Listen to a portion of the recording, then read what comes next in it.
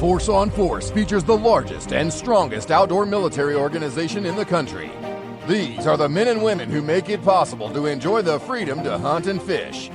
It is with great pride that we bring you Force on Force podcast, coming to you from the Force on Force Talk. Hey, welcome to the Force on Force podcast. I'm your host, Shawn Dalrymple. We're here in the Tactical Operations Center, the mobile talk, as we like to call it, as we're back on the road again this week. I'm here at Major League Fishing's RedCrest. I got to go home for a couple of days, sleep in my own bed, but it's been a lot of weather. You might have to swim home. Yeah, rain.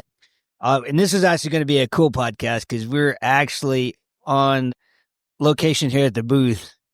But I think we got some contentious people here on the pod. Well, we may get a couple other people. So I'll just tell you right now, we got me and KB on here. We're really on here to We're here to mediate. Mediate. We should say we're mediating people. So listen, I'm just gonna come in. This is Daniel, pro staff. I'm about to let Mark Music have the business. I'm gonna set the record straight. He could say what he wants, but on the previous podcast, stand 100% behind what I said, and I'm gonna validate it again. All right, this is Mark Music, and I'm coming in. So I have not heard the podcast, and I got confronted this morning by KB saying, "Hey, whitey tighty," and I had no idea what was going on. Well, then I'll tell my story again. So when they filled me in, I was like, "What?" Because I just want to set the record straight right here up front. I do not own a pair of whitey tighties, and my wife confirmed that to everybody that was sitting here earlier. Mark Music sleeps on a throne of lies. I will tell you the story again. All right. Pulling up to Force on Force. It's about... We're getting deep, and it's nearly the end of the podcast. I don't care. I'm setting it straight. Pulling up, checking in late. Mark's already checked into the hotel. Thinks someone's going to steal his whitey tighties because he has a door latch on. So I walk up, knock on the door, put my key card in, and open up the door, but it has a door latch on. You hear this old man grumbling out of bed. "Oh, here I come, here I come." And Boy, sure I enough, had to be an old man. Old man, You know, he don't have any gray hair. I'll take that. Because what is he? 30 maybe? Well, before 35? we go on any further, I'd like to let you know, Mark, that the last podcast he was on, we had to have a political science lesson. He didn't even know who Ross Perot was. Yeah, see, so that shows his age. There right? you go. And his eyesight obviously is demented. Listen, something. I have He didn't have 20/20 glasses vision. on.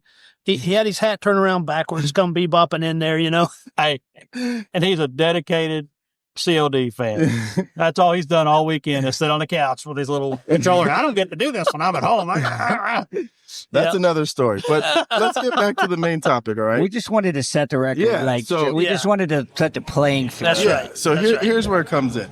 This guy opens up the door, no shirt, whitey tighty Hanes from Walmart section. I don't care where he bought him from, and goes, "Oh, you must be Daniel. I'm Mark Music." And hey, Mark Music, nice to meet you.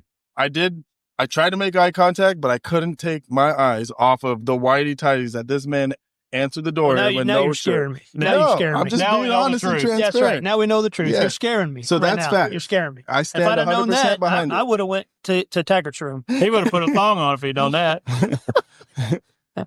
But yes, everyone that's listening, that's the facts. Mark sleeps on a throne of lies if he wants to argue differently. Yeah, well, I am arguing, and you have no pictures, no nothing, right? You have no facts. But Okay. I have my wife that would send a picture of my underwear drawer right now today. Wait. Show you that I don't own a pair of We tidy don't want to whities. see your banana hammock. Hey, all right? now We're listen good. to this. Here's another story too, and Taggart will agree with this because I rode down there with Taggart. We didn't stop at Walmart. Oh, So there you go. But we also confirmed that Tagger only wears whitey tighty. I So think you did guys you were borrow together, a right? Separate rooms, Taggart? No, separate rooms, no. separate suitcases. Did y'all get your suitcases mixed up? There you go. Negative. Did you forget your underwear and have to borrow a pair? Nope. Oh. No. It's okay, Mark. You're the whitey tighty man. No, I'm not. Yes, you are. No, I And do then we not. got I will Gandalf not there. accept we know that if that title. was Taggers, it would have been stamped on the front of the waist. That's right. And it would have folded. it would have had the creases. army writing on the left side. And it would have had creases in it. Starch and everything. Are you guys suggesting it's a little anal retentive? Oh A yeah, little. just a tad bit. I mean, I can't believe he sent a speaker box all the way out to Fishing for Freedom and he didn't send a spare power. No power cord. No The power. man that lives off of PCIs and PCCs got to check everything. Dress right, dress. And this man sent a product that was going to be utilized to sing the most important thing before every fishing hold on event. a minute. Hold Here. on. Who did he send it with? Well, he sent it with me. And where did we find the cord? We're not Under talking the back about. seat of your truck. No. They found the cord right beside of his whitey tighties. Listen, I have integrity, and I knew about the story about the cord. And when Shawn was telling me about it, and after I heard about it, I was like, at first, I was like, yeah, he didn't send it because I didn't know. But when I bought a new truck, I had to get some golf balls that were in the back grate of the White. Yeah. It's okay, whitey tighties. Yeah. But yes, I found the cable after Tiger's already heard it left and right several different times, but I had integrity and I came forward. So you're Daniel the cable Shawn man first. I told Shawn first. I didn't tell Tiger. I told Shawn first. He didn't want to have to. He didn't want to have to do the walk shame. We heard about it at the end of the show. And the best part is the thing that hurts me the most is that he questioned Sandy, like, did you touch the power cord? I know it was in there. And Sandy's Damn like it, the babe. innocent bystander. Yeah. Damn it, babe. So yeah. But It probably didn't help that the first thing we did was all call Tiger up and gave him hell for it. I mean, that was like going to be the deal for it. Oh yeah, absolutely. But for everyone listening, there's my integrity. So it shouldn't be questioned when it comes to Mark and his whitey tighties. Okay. So But that proves nothing. yes, it does stuff. I had to come That forward proves nothing. and take Nothing. the heat that Tiger got from all the higher ups all the okay. way down. Okay.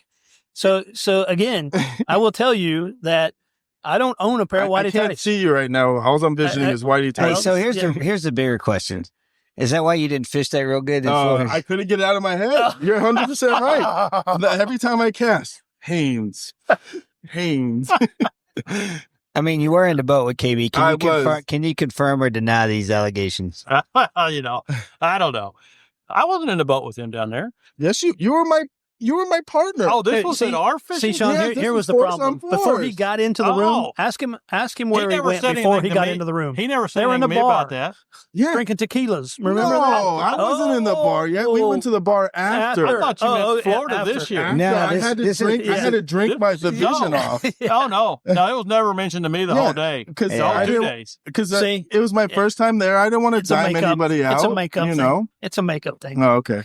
I'll tell you, the wife don't lie. She Okay. has. I'm if anybody having to has, lean to the left right now since Mark's on my left side because I'm pretty sure you would have told me about whitey Absolutely. tighties. No. He would have told you when he come back out of the room. He did volunteer the information about Gandar. Gandalf. But here's the thing, though. Yeah. But here's the thing. I told that story to 3 other individuals. One's no longer with it. Well, actually, 2 of them aren't with it. No collaboration. No I'm calling collaboration. them right now. None. I cannot None. cooperate. That's right. So here's what we do, Daniel. We say, yeah, I may have been mistaken, and we walk away. All right. There you go. All right. May have been But I'm not saying it because I know what I saw. But hey, whether it was true or not, you will forever be known as whitey tighties. That's it. I've been known for You worse. ever seen Doug Funny? I've There you go. been known for worse, That's but I will tell funny. you this. You that's like Steve Jarrett is forever mudflap. I don't tell me the story on that one because I don't know. I heard you say that, but Am I allowed to talk about this? So It's got to be the The clean version? the clean version. So Steve Jarrett, he's somewhat. an older gentleman, and he passed gas one day, and it sounded like a big truck idling down with the Jake brake on. And man, what the heck? He goes, well, sometimes when you get older, you get flaps down there. And I said, Steve, your new nickname is Mud Flap. that's the first time I've heard of that. That's awesome. So he will forever be known as That Mud is Flap. awesome. Mud flaps. Oh, Mud Lord. flap. While we're all on nicknames, But what's Tiger's nickname? What's Tiger's nickname? I mean, Yeah. we just call him Sergeant Major because they ain't know. I mean, he's so anal retentive. Yeah. And what's funny, it don't matter what you say to Sergeant Major. He just keeps talking and doesn't even react. Because on the previous podcast, Chuck's Oscar. Yeah, Obviously. we got Oscar. I mean, it's funny because you know how Sergeant Major's his nickname because he's been retired for 20 years. Yeah, and he's still referred to as Sergeant Major. None of us that are retired are still referred to as Yeah, as our previous by previous job rank or title. So that's him. The best part is you could say Sergeant Major in any crowd, and he's going to turn his head thinking it's being addressed to him. So Yep. But, Yeah. hats off to him. So we got Sergeant Major. That's his nickname. Okay. Yeah. What's seniors? Senior. Oh, okay. That's not his first. His name- I know it's Roy, but I yeah, thought. right. Senior would be his name. Okay. You know what they call me, right? I call you boss. 2-time. Oh my gosh, here we go. The 2-time. Okay. No, they actually. I mean, when you get to set the rules in your standard, because I think we did cover this. I think wasn't it confirmed? I didn't. You No, cheated? no. But that does bring up a funny story. So, and I was meeting with here at MLF RedCrest with some guys from the Bass Fishing Hall of Fame, and I do have a coin that they gave me for the 2015 class. And the reason I wanted that one is because it has Harold Allen's inaugurational class from the Bass Fishing Hall of Fame, which is Harold Allen is the one that they're referring to. Oh, yeah, that's the 2-time. Yeah, well, Harold was the one that me and Jeff Campbell went out with on Toledo Bend when it was so long. So yes, there's a Hall of Fame coin, so we'll add it to the that can sit right in between. I mean, you did pay for a guide, so it's fine. Hey. you know the truth comes out. Yes. Oh, I've never denied that. I've never denied that truth. I mean, the rules were the rules, right? Yeah. Just because there was a lot of people who weren't smart enough to figure out, that's what they're mad about. It's kind of like this discussion right here. Like, I talk to people all the time, like, especially when they find out I was a cheerleader in college. And I heard that one. Yeah. So that's another interesting story about that. We were walking around there, just Pastor Ron yesterday to somebody. And the reason he and I know each other is because we were cheerleaders in college together, right? And Pastor Ron was a cheerleader? No, not Pastor Ron. Okay. Danny Pettis. Actually, he's where the leash for Precision Sonar, really kind of where the idea kind of came from. Almost got killed from a motor bouncing up in the back of the boat back in 2014. But Danny, that's what he and I know. But so anyways, I always like that topic or come up or something like that. And, somebody will say something about it and I'll see this look in their eyes and I go, see, here's the problem. You want to make fun of me, but right now you're trying to figure out why you weren't smart enough to figure it out in college. That's very true. Yeah. I mean, that's what's really going on. No, that's integrity, Daniel. Well, that's integrity. I was gonna piggyback off of that because two best years of my life was living in a co-ed dorm room when I was at Sac State. So whitey tighties. Yeah. See, he's having flashbacks. That's what it was honest, right there. It was pretty much nothing. So yeah, it was a great time.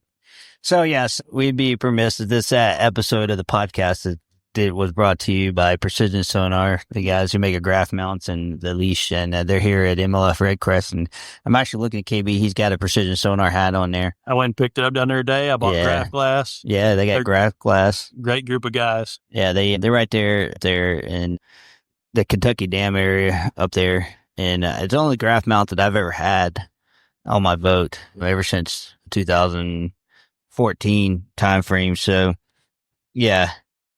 So it's the only graph mount that I've had since then. So I just like the way that you can customize it. Yeah. You know what I mean? It's like a one-stop shop. Well, they were the first one they were really the first one to the market when we started getting 8 and 10 inch graphs. They were the one who came out with, because you had to replace the plate in your boat, and they kind of were first to the market. And so, when we partnered with them last year, it's not, the partnership is great. But also because it's a product that I've used for a long time. And then you throw the leash on top of it from a safety perspective of, keeping your motor from bouncing up in the boat if an accident takes place. I mean, it's one of those things, you're buying a peace of mind when you buy that motor leash. So and it's kind of been instilled in all of us, in the military, absolutely. Safety briefs and all that other stuff. But fishing Barkley in Kentucky, Lake, we get a lot of underwater logs floating down. It's just that peace of mind on my boat, knowing at 70 mile an hour, I'm not going to have a 250 show laying in my lap. Yeah. I mean, that'd be a bad day. Yeah. That's definitely something to keep in mind. So I think, when we talk about, a great partner, so we're here at MLF RedCrest, and we got the Kids Zone going on right now. A lot of good stuff. We got a lot of people here. This is really our last event for a couple weeks. For our last show, particularly till the 1st of June, as far as Expo goes. We'll have 2 shows going on the first weekend in June, one up in Chattanooga, and it's a new event, and then we'll have the Skeeters Owners Tournament. And then, but we'll have a Memorial Tournament happening next week in Texas. So an opportunity for guys to get together and fish one of our memorial tournaments. That's going to be pretty cool. So, with what we're doing is pretty good. I got you guys on there. You guys didn't fish this year's Force on Force. You guys fished season 13. Yeah. We got a whole new crew. And in fact, episode 1 aired today on the Sportsman's Channel at 11:30 Eastern time. I had to go back and look at the times. I've had very little sleep in the last week. I think you guys see me yesterday. I was tired as I'll get out 2 hours sleep. But don't feel too bad for him. He got to sleep at Mom's house. Oh, they're still, I just want to get to come home and stay. And Mommy's fixing him dinner tonight. Yeah, Mom's fixing dinner. I don't know if she's, I think we're going to eat somewhere. I don't think. We went there. And again, we didn't get the invite. And we didn't get the invite. Yeah, I know. Well, y'all didn't ask. Well, because you said you were spending quality time with your mom. Yeah, well, Yeah, he calls me one night when him, Brent, and Roy was on the lake fishing. Mm-hmm. Hey, what are you doing? We didn't get the invite. Yeah. I got you. Oh, you could have came. We were in OH. We weren't actually fishing. That was the OHIV trip. That's what we're going to do when we wrap my boat.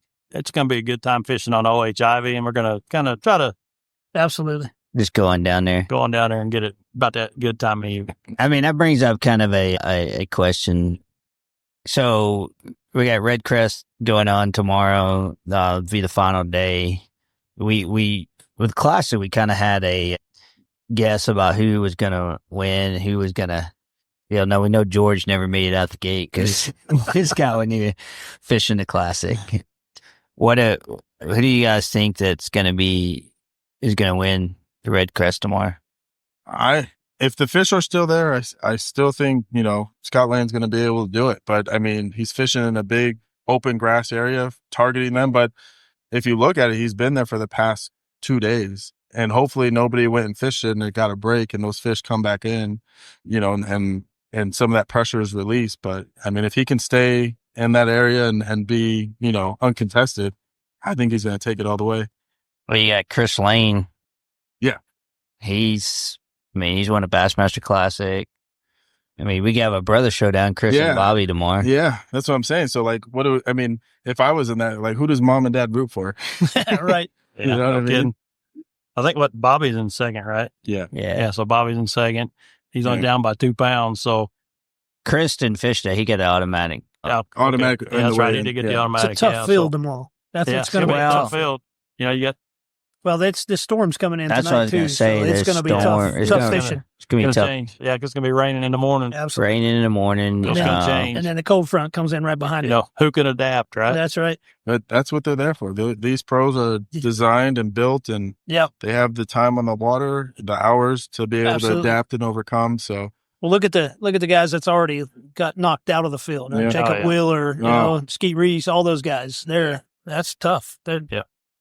Yeah, I think it's always good to question like that. I mean, we weren't expecting the weights to be broken at the Classic. That was definitely. I mean, I don't think nobody. Saw, especially with the weather that was coming in. I was totally shocked at the type of weights that were caught with the weather that happened, particularly because it just affected practice so much. Mm-hmm. Mm-hmm. Yeah, I mean that's a tough deal. I mean, heck, we were down in Toledo Bend, but that weather came in down there, and we went on the water. Andy and I went on the water, and within the first 30 minutes, I was like, dude, just pull into a cove. It's not worth it. We got to work, but it's honestly, it just wasn't worth it. It was 2 to 3 foot waves just coming at you. Last year, I was fishing down on Barkley, just fishing one weekend. One of them tornadoes dropped down in Eddyville. I was sitting in Eddy Creek. Talk about pucker factor. Nice. I backed my boat as far up a cove as I could do it, dropped my power poles, and held on. Went along for the ride. Yeah. Well, it's a wind tongue. Right? Yeah. When it starts coming in like that. And Barkley. Oh, yeah. I fished Kentucky Lake in that one memorial we had. Yeah. I couldn't even stay on the boat. I was bouncing. It was crazy. Yeah, I mean, the weather's definitely going to play a key factor, and probably when this podcast airs, I mean, we already know who the winner is of that event, but it's just interesting to get people's thought before it happens and what the kind of the thought process and our thought process is and what we kind of see. Gunnersville always fishes really well. I mean, no matter when it is or what it is. So it's a deal. I mean, Got to find the right spots. yeah. And I'm going to tell you, throw a Willie Pete's glide bait down here.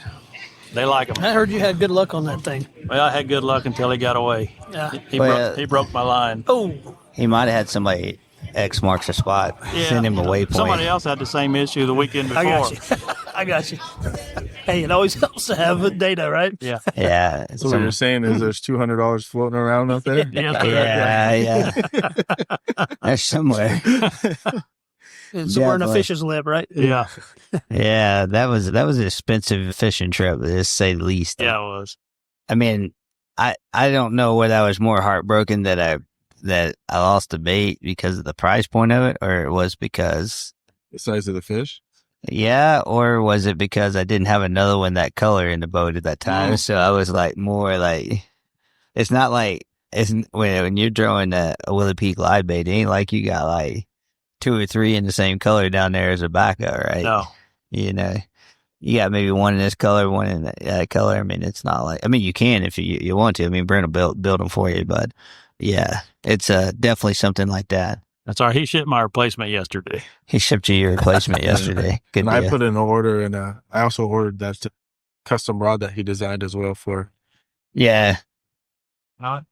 The court, I can't even say that, but Robert Richards designed that rod and that Cortalis rod, and then he designed that. And so it's particularly for throwing that glide bait. And I played around with it. They're good type of deal. We didn't even get Craig over here. You want to get on the podcast? you wanna we get in can there, get Craig? you on the podcast. We got to take the guy that sleeps on a throne of lies. Take his mic. Oh, Oh, he can talk. He can hear stuff. Oh, okay. yeah. So what am I missing? Oh, the throwing the light. We're just talking about everything fishing wise, the booth, MLF RedCrest, you know. Tidy Whitey over Tidy Whities. Yeah, I heard y'all talking about Tidy Whities. It's a lie. It's false. It's false. I'll take It's a false. your word for it. It's a you lie. know, when somebody throws that out there, you know what I'm saying? Twofold, it comes back. So Okay. so it's coming back, Nope. and it's it's just stand by for news. Well, RedCrest has been fun. I mean, we've had a blast.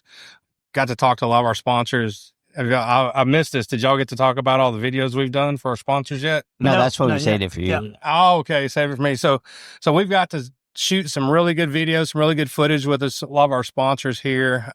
We're in the process of editing. We released some of them. So go check out Facebook, check out Instagram. You know, we've had precision sonar. We talked about the leash. We talked about the new graph mounts, the graph glass, which if y'all hadn't checked out that graph glass, you need to check that out. We got to talk to G2 Gemini. We did some stuff with Lowrance. We talked to Power Pole. Who else have we talked to? Oh, Thump Gel. Thump Gel, yes. Yeah, so we can officially announce that on the podcast that we've signed a new partner with Thump Gel. And so that's going to be a cool deal. Mark's got a package of it right there. It's not lip gloss. Yeah, it's pretty cool It stuff. could be. It could be. A real cool thing about a little bit of that stuff goes a long way, and it works well with your forward-facing sonar. But I got to take it up to New York last summer and do some testing with it when we've been talking back and forth with the guys at Thump Gel. And so I took it up to New York last summer, did some testing with it up there, and it stays on for a long-lasting ability to stay on your bait. And just we're gonna be partnering with those guys and selling them, and you know that's gonna be a good thing as part of that. See, look, Tiger's over there anal retentively like cleaning up the booth. He gave you the look too. I'm gonna put some of this Thump Gel on his fingers and watch him. Yeah. The guy Hey. told us, didn't he? He told us, the do guy not told us, put he that said, on do your not fingers. put water on your fingers. He's like, you will have slimy glitter on your hand Yeah, all day you long. got to use like alcohol wise Yeah. to like Right. take it So off. I have a spray bottle of alcohol So if in you my got a glove box. buddy you want to mess with, go rub it on the seat of his truck. There you Yeah. You got to explain that glitter to his wife. Hey, you know what we could do? Like we should like go and like start just moving things randomly in the booth. Like where's Waldo? Oh, absolutely. And watch And then it. record it. Nah, Yeah, and then watch Tiger. Like, you don't want him to spin out, oh come on, It's it'd the be third fun. day. I mean, come on. We still got one day. right? I mean, you know, And we got to video it though. Yeah. That's the fact. You got to video it. Yeah. yeah, we could do it. So yeah, it was a cool partnership. We got to get Sandy out of the way though first. I'm sure Sandy will do it. Oh, you know Sandy's going to help. Anything to Sandy will be all punch his about it. button, she's going to be totally down for it. Oh, Yeah. Oh, yeah. Yeah, it's just really cool deal. So, hey, let's see if we get Ryan. Where'd you get Ryan over here? Yeah. Get on here, buddy. Oh, boy. How's it going? Introduce yourself. So yeah, go ahead and introduce yourself. My name's Ryan. You got to get closer, Coast Guard. Oh, hey, I'm not used to getting close to stuff like that. I'm in my face. Look at, he's got a Sharpie too. You see that, Shawn? We're training him well. Yeah. Yeah. So Ryan Orduno, Task Force Army Bass Anglers, almost 3 years now. Yeah. And here's what the cool thing is. He's like the elusive Coast Guard. It's like finding the unicorn. With a Sharpie. With a Sharpie. Yeah. And he's probably got some tidy whities too. Oh, no Yeah. doubt. No doubt. Hey. While you're talking, it sounds like you want to see him. I do.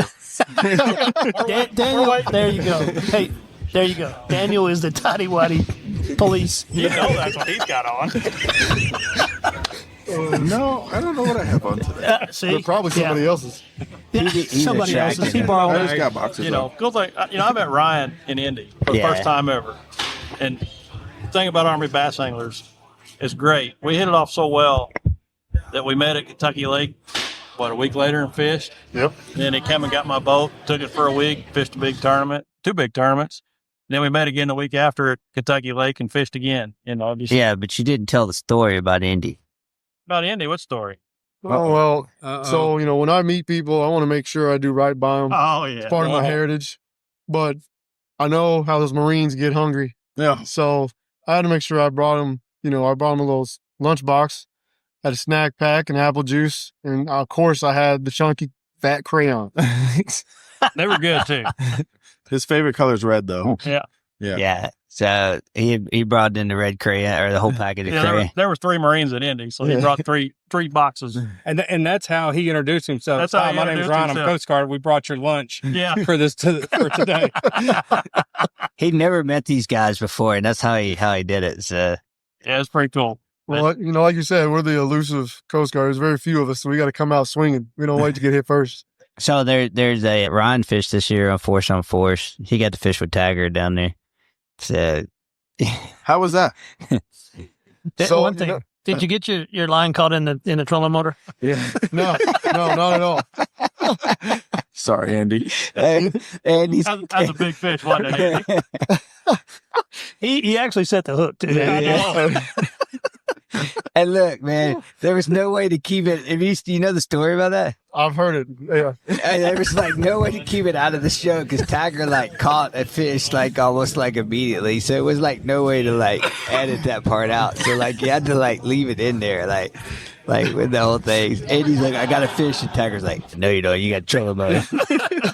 And he's like trying to fight the crap out of this fish. He's like, Tiger, you know how he is like really like you got the trailer motor. Yeah. Yeah. The Very best way monotone. that Andy told me that story, he was like, man, I had a 6-pounder. Set it, Tiger caught one, and I landed a 6-pounder. I was like, well, what happened? He was like, well, the 6-pounder turned into his trolling motor. He's like, it ended up being a 36 volt. That's right. 27-pound torque. Yeah, But hey, of all the guys that deserve that, it's Andy. Yeah. Absolutely. Andy did that. So yeah, so he was. It was funny because then the Tiger's like, but I got one.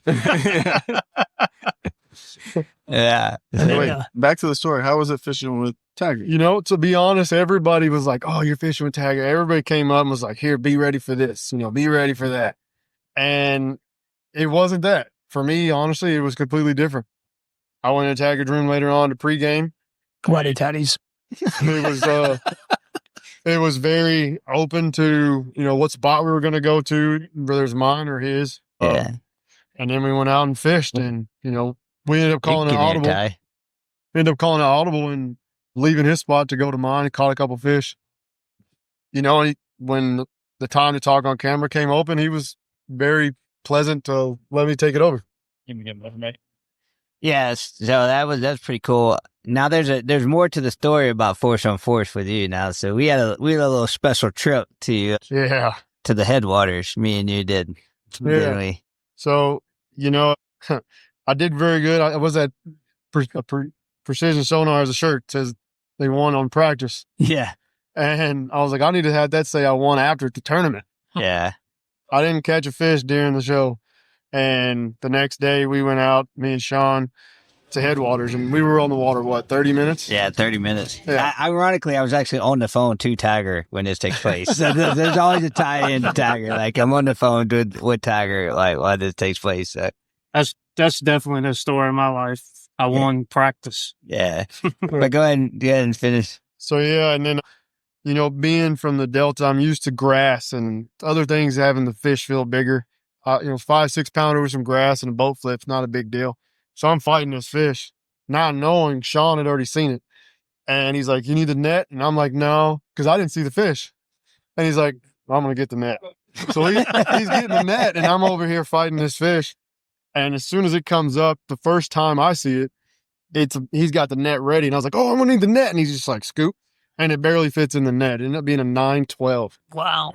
Yeah. That's nice. Yeah. That was, I was like nonchalantly just scooped it up. I was like, I'd already seen them. I'm like, I'm going to get the net. I was like, let me go ahead and get the net. There's no need not to get the net with this one. So I would have been a solid boat flip. No doubt. Oh, for sure. With a broke rod. yeah.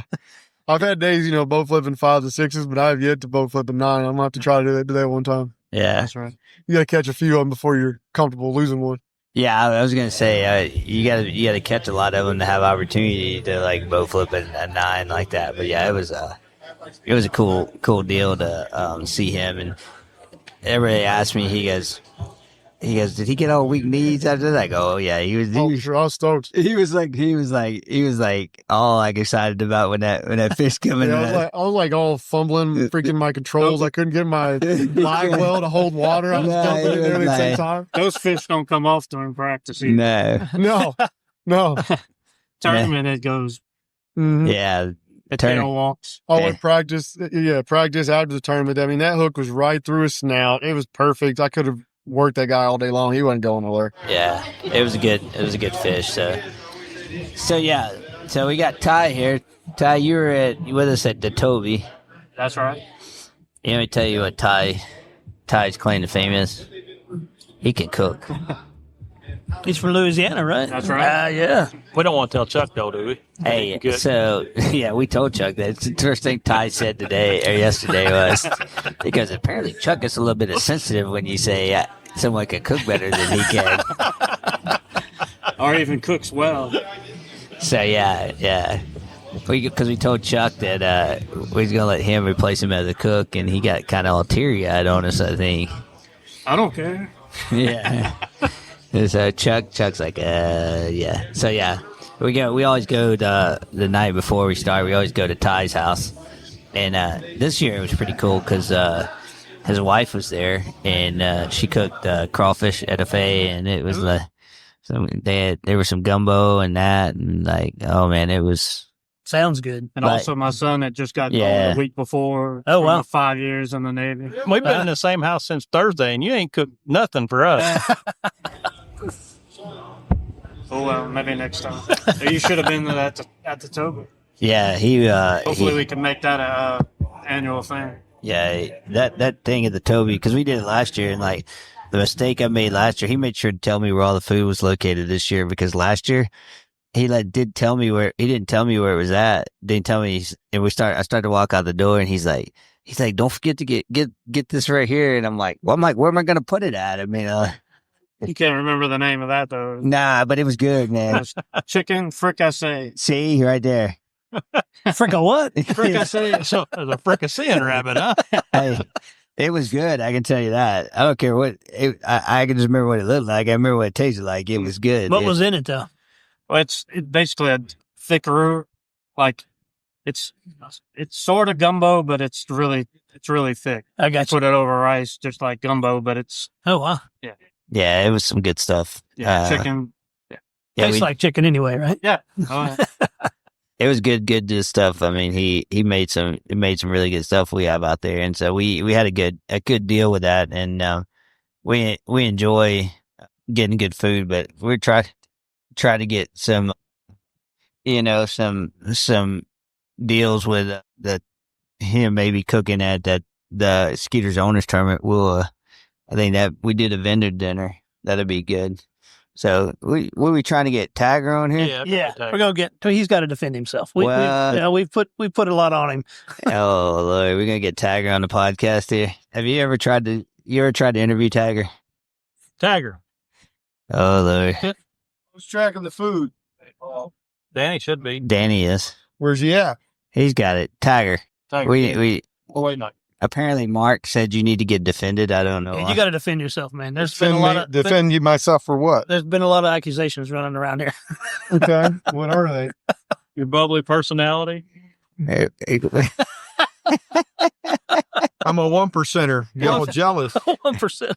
We were talking On about the list of core, I'm a 1%er. Hey, look, we always talk. Everybody's like they're going through like what everybody's nickname was, And they go, well, they're like, what's Tiger's nickname? I go, Sergeant Major. They go, well, no, I'm like, really? I mean, I'm like, who else gets still called Sergeant Major like after he's been out of the Army for 20 years? Mm-hmm. I did, yeah. Yeah, I'm like, so that just tells you like he's anal retentive. Yep. So, Oh, yeah, I'll take ownership of that.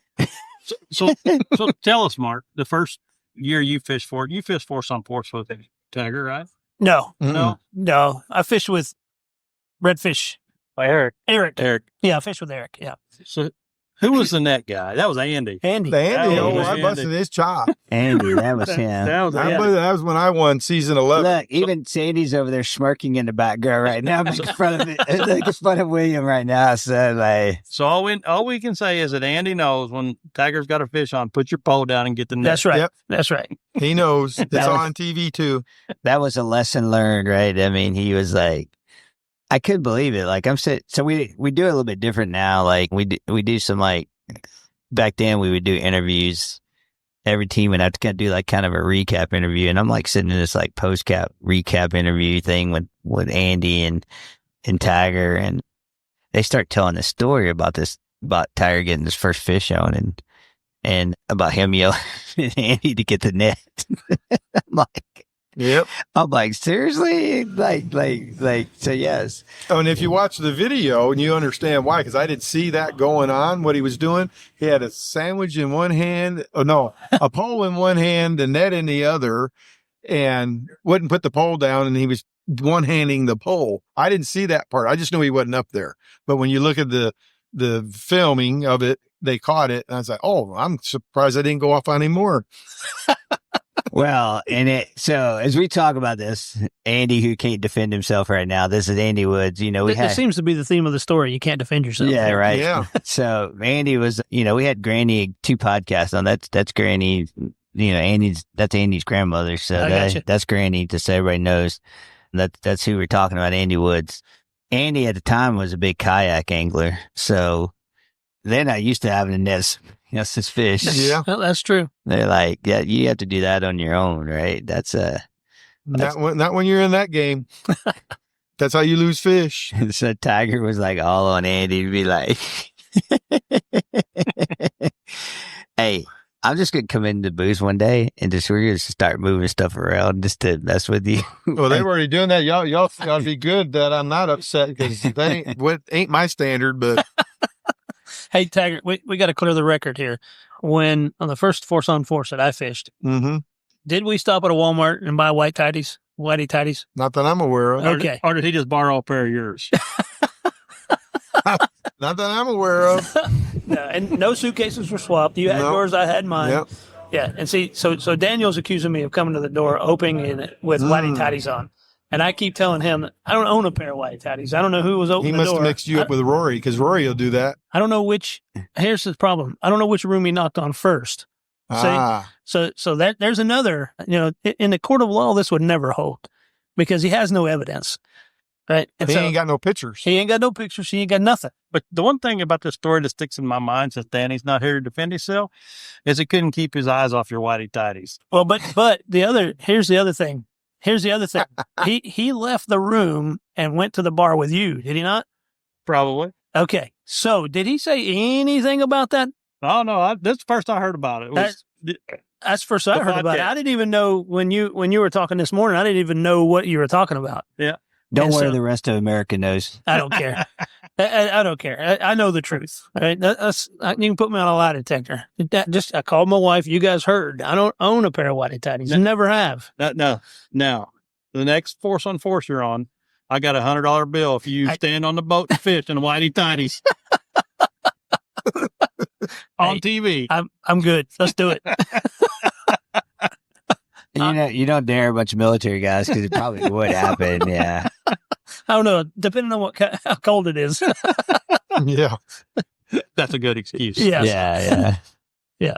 But it was. I mean, I laugh because sometimes you don't hear about this story till we never heard it. I mean, he swore up and down, and we didn't hear about the story till we got to Toledo Bend. And, that's what I'm saying. It wasn't until that morning. That's over a year old. So. You know what I'm saying? So how do we know that wasn't a dream about you? And that's what I'm thinking right there.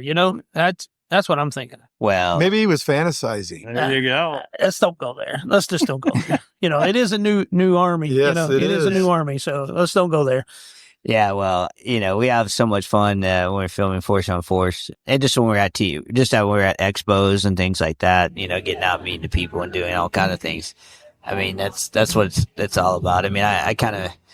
You guys, they keep giving me a hard time about staying with my mom right now here, but she folds his whitey tighties.